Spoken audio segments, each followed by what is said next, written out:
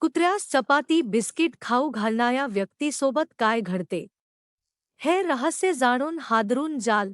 मित्रांनो, आपल्या आयुष्यामध्ये प्रत्येक व्यक्तीकडून जाणून-बुजून किंवा नकळत अनेक प्रकारची कर्मे घडत असतात. काही कर्मे अशी असतात ज्यामुळे इतरांना आनंद, समाधान आणि मदत मिळते. तर काही वेळा आपल्या नकळत अशा गोष्टी घडतात ज्यामुळे एखाद्याला त्रास होऊ शकतो.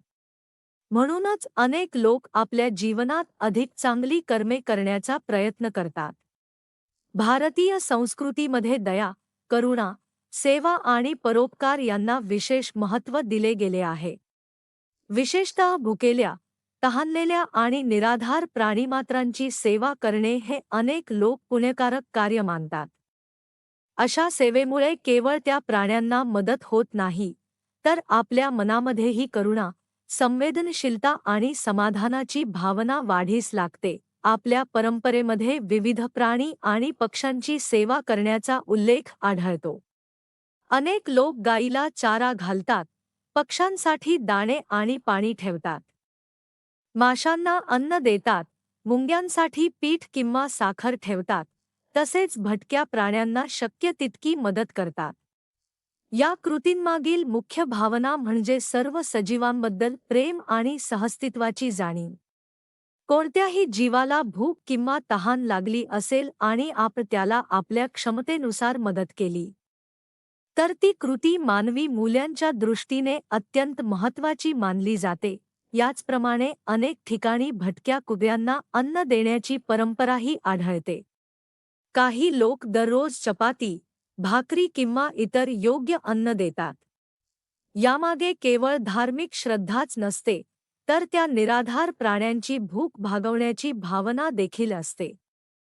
अनेक धर्मग्रंथांमध्ये आणि लोकपरंपरांमध्ये सर्व जीवांवर दया करणे हे श्रेष्ठ कर्तव्य मानले गेले आहे. त्यामुळे अनेक कुटुंबांमध्ये आजही जेवण तयार झाल्यानंतर त्यातील काही भाग पक्षी, गाय किंवा भटक्या प्राण्यांसाठी ठेवण्याची प्रथा दिसून येते. धार्मिक श्रद्धेनुसार कुत्र्याचा संबंध भगवान कालभैरवांशी जोडला जातो. अनेक भक्तांच्या मते कालभैरव हे भगवान शिवांचे उग्र आणि रक्षण करणारे स्वरूप मानले जाते. काही परंपरांमध्ये कुत्र्याला कालभैरवांचे वाहन किंवा त्यांच्याशी संबंधित प्रतीक म्हणून पाहिले जाते. त्यामुळे श्रद्धेने कुत्र्याला अन्न देणे हे कालभैरवांच्या सेवेशी जोडले जाते.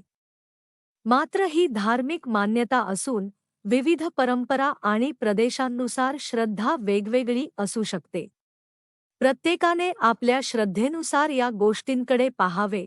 अनेक भक्तांचा असा विश्वास असतो की श्रद्धेने आणि निःस्वार्थ भावनेने एखाद्या प्राण्याला अन्न दिल्यास भगवान कालभैरवांची कृपा प्राप्त होऊ शकते.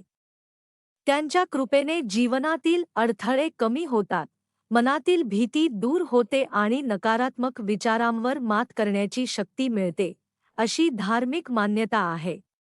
या श्रद्धेमुळे अनेक लोक नियमितपणे भटक्या कुत्र्यांना अन्न देण्याचा संकल्प करतात. अशा सेवेमध्ये कोणताही दिखावा नसून मनापासून केलेली करुणा अधिक महत्त्वाची मानली जाते.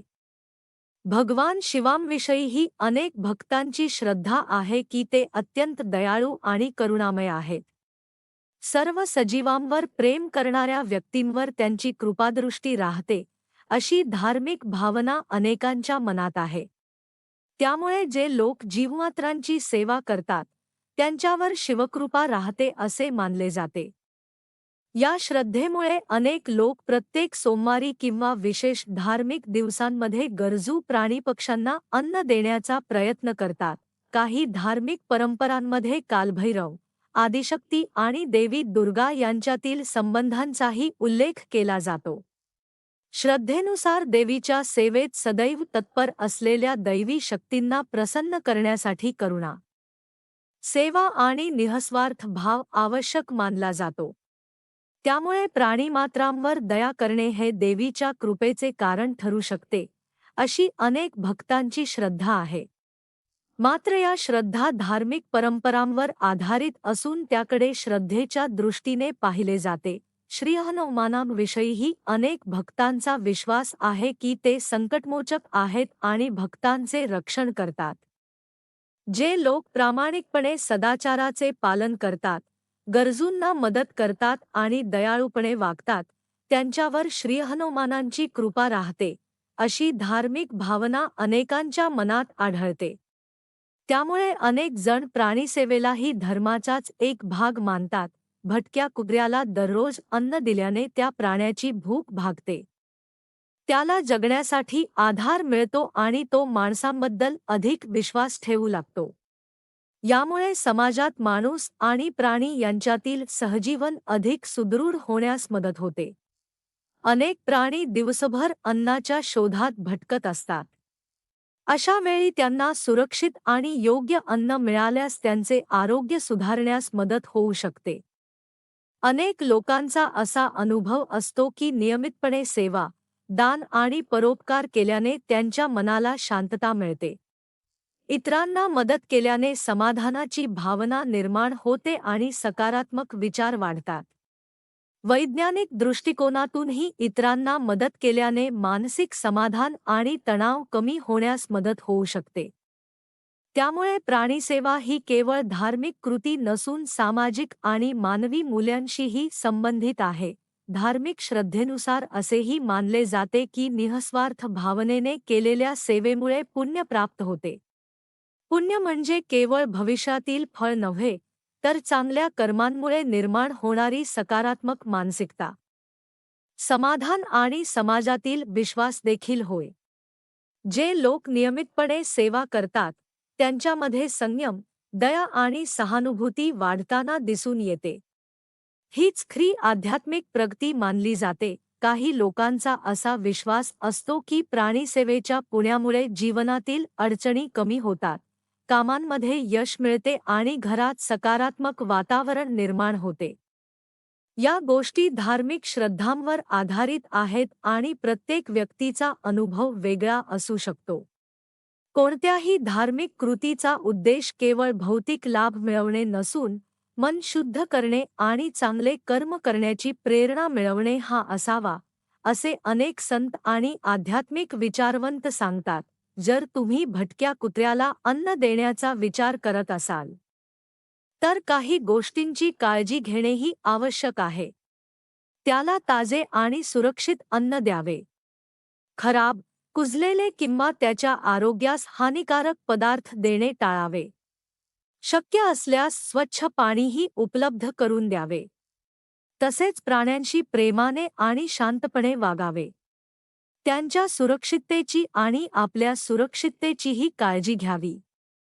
प्राणीसेवा करताना कोणताही अहंकार किंवा प्रसिद्धीची अपेक्षा ठेवू नये. खरी सेवा तीच असते जी निःस्वार्थ भावनेने केली जाते.